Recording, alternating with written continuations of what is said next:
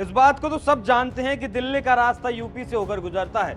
जिसने यूपी जीत ली मतलब दिल्ली जीत ली। और पिछले 2 चुनावों से यूपी को बीजेपी जीतती आ रही है। यही वजह है कि प्रधानमंत्री नरेंद्र मोदी 2 बार प्रधानमंत्री पद की शपथ ले चुके हैं और तीसरी बार लेने की तैयारी कर रहे हैं, उसमें जी जान से लगे हैं। लेकिन इस बार का रास्ता आसान नहीं है, बल्कि पहले से ज्यादा मुश्किल नजर आता है। यहाँ मैं महागठबंधन की बात नहीं करूंगा क्योंकि कांग्रेस का कोई वजूद उत्तर प्रदेश में नहीं है, लेकिन फिर भी मोदी की करारी हार हो सकती है यूपी में। और इस हार की टर्निंग पॉइंट बनती दिख रही हैं बहन कुमारी मायावती और कांग्रेस के अध्यक्ष मल्लिकार्जुन खड़गे। कैसे रचा जा रहा है ये पूरा खेल, आज उसी पर बात करेंगे।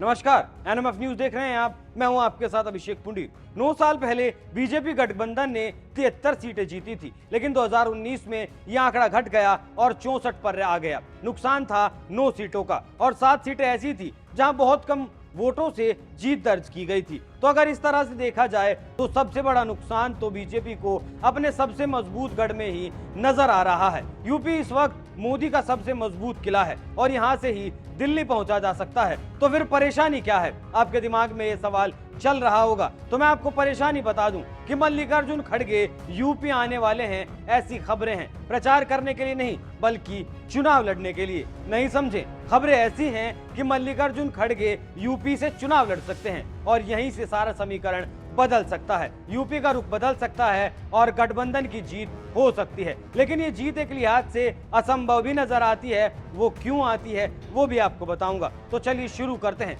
पटना में जो जुटान हुआ था उसमें सपा प्रमुख अखिलेश यादव ने नारा दिया था कि 80 हराओ बीजेपी हटाओ। मतलब जो कभी बीजेपी ने नारा दिया था 80 और 20 का, उसी नारे में को बदलकर सपा ने अपना नया नारा गढ़ दिया, 80 हराओ बीजेपी हटाओ। अखिलेश यादव ने 80 हराओ बीजेपी हटाओ के नारे के साथ ही पीडीए की भी बात कर डाली। अखिलेश यादव ने कहा कि 2024 में एनडीए को पीडीए ही हरा सकता है। पीडीए का मतलब है पिछड़ा, दलित और अल्पसंख्यक। अखिलेश के इस नारे ने एक बात और साफ कर दी कि सपा यादव और मुस्लिमों के वोट बैंक के सहारे बीजेपी से पार नहीं पा सकती। और इतना मुश्किल है, और ये काम बहुत मुश्किल है, और इतना मुश्किल है कि 2 बार के विधानसभा में और पिछले 2 बार के लोकसभा में तो वो ऐसा कोई कमाल नहीं कर पाए इस गठबंधन के साथ। अखिलेश के इस नारे को अखिलेश की फ्रंट फुट पर खेलने की रणनीति बताया जाता है। तो अब समझिए अखिलेश का पीडीए समीकरण क्या है। क्या है अखिलेश का पीडीए समीकरण?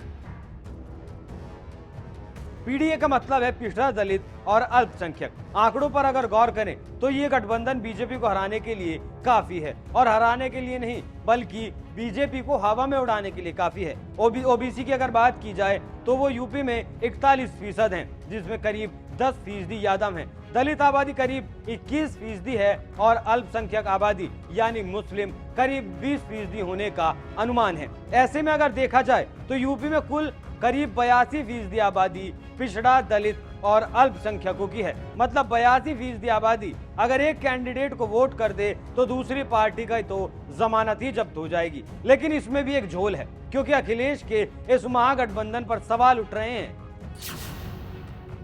कामयाब नहीं होगा पीडीए। अखिलेश के समीकरण को मायावती ने तुकबंदी करार दिया है। 2019 में क्या हुआ था वो सबके सामने है। सपा बसपा ने साथ मिलकर चुनाव लड़ा था, लेकिन बीजेपी को छू नहीं पाई थी। बसपा को इससे फायदा मिला था और अखिलेश की तो नैया ही डूब गई, जिसके बाद गठबंधन की हवा निकल गई। 2022 को ही देख लीजिए। 2022 के विधानसभा चुनाव की अगर बात करें तो अल्पसंख्यकों और यादवों के 80% वोट के बावजूद अखिलेश सरकार बनाने में नाकामयाब रहे।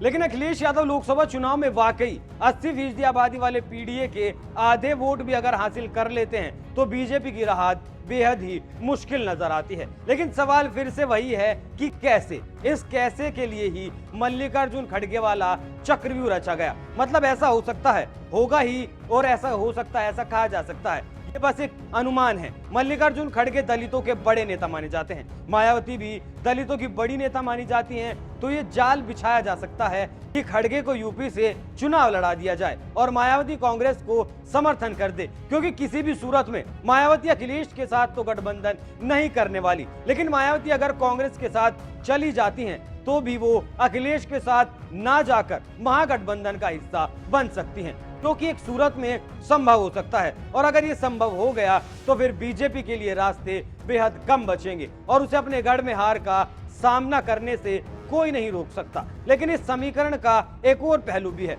और वो है पूरी तरीके से वो पहलू बीजेपी के पक्ष में नजर आता है। बीजेपी के हिंदू वोट बैंक की काट है पीडीए। बीजेपी के हिंदू वोट बैंक की काट है पीडीए।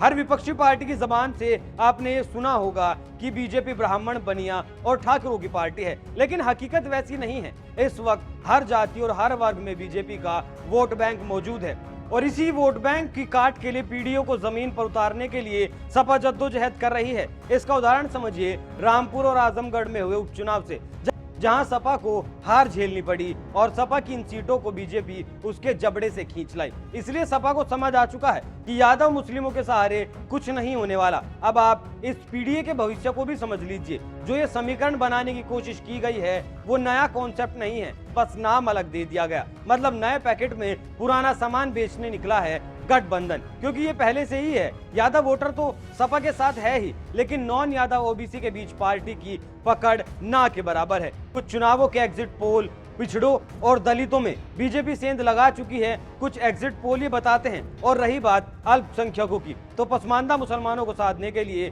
बीजेपी लगातार जुटी है। उन्हें लगातार राजनीतिक भागीदारी दी जा रही है। यूपी में हुए निकाय चुनाव के परिणामों से इसे बेहतर ढंग से समझा जा सकता है। जहां बीजेपी ने सभी पार्टियों का सूबड़ा साफ कर दिया, पीडीए समीकरण बीजेपी के समीकरण को तोड़ने की एक कोशिश भर है। 2019 में सपा बसपा के साथ आने से बीजेपी को हालांकि थोड़ा नुकसान जरूर हुआ था, लेकिन कोई बहुत बड़ा तीर गठबंधन नहीं मार पाया था। और अब अगर कांग्रेस भी साथ आ जाती है तो भी बीजेपी को नुकसान हो, इस बात में बहुत ज्यादा दम नजर नहीं आता। लेकिन यहाँ सपा सोच सकती है कि 10% यादव और 20% मुसलमान उसके साथ हैं, और अगर बाकी बचे दलित पिछड़ों में से 15 से 17% वोट भी उसके पास आ जाएं तो उसका काम बन सकता है। वो बीजेपी के लिए थोड़ी मुश्किल जरूर खड़ी कर सकती है, लेकिन ऐसा होना मुश्किल है क्योंकि पिछले दिन रामचरितमानस को लेकर स्वामी प्रसाद मौर्य ने जो कहा था उस पर अखिलेश यादव ने स्वामी प्रसाद मौर्य के साथ अखिलेश यादव खड़े नजर आए थे। तो इस स्वामी प्रसाद की कड़ी को अगर जोड़ दिया जाए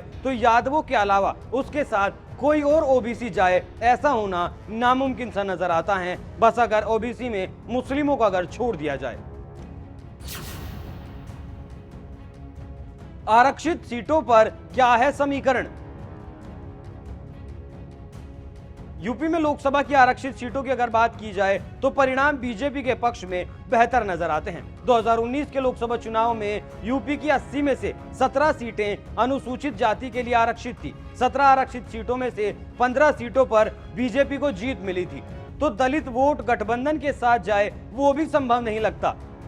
अखिलेश यादव इस गठबंधन से क्यों अपनी दाल को नहीं गला पाएंगे वो भी समझिए। 2022 के विधानसभा चुनाव के परिणामों को अगर देखा जाए तो सपा ने जयंत, राजभर और एक दो और सहयोगी पार्टियों के साथ मिलकर चुनाव जरूर लड़ा और वो 2017 से बेहतर प्रदर्शन करने में भी कामयाब रही। और यहाँ ध्यान देने वाली बात यह है कि ये भी मुसलमानों, यादवों और जाटों ने इस चुनाव में अखिलेश यादव को जिताने के लिए पूरा जोर लगा दिया था, एडी चोटी का जोर लगाया था। लेकिन 125 सीटों पर सिमट कर रह गया ये पूरा गठबंधन, और जिस जोड़ तोड़ से ये सीटें जीती गई थी वो जोड़ तोड़ भी अब टूट चुका है। राजभर पहले से ही बीजेपी के साथ आने के संकेत दे चुके हैं। अखिलेश यादव के लिए एक उम्मीद की किरण जरूर है, अगर मायावती साथ आ जाएं तो कुछ हो सकता है। लेकिन अखिलेश ने 80 हराव का जो नारा गढ़ा है वो हर लिहाज से फर्जी है। आप अखिलेश के इस मिशन पर क्या राय रखते हैं हमें कमेंट कर जरूर बताइएगा। नमस्कार।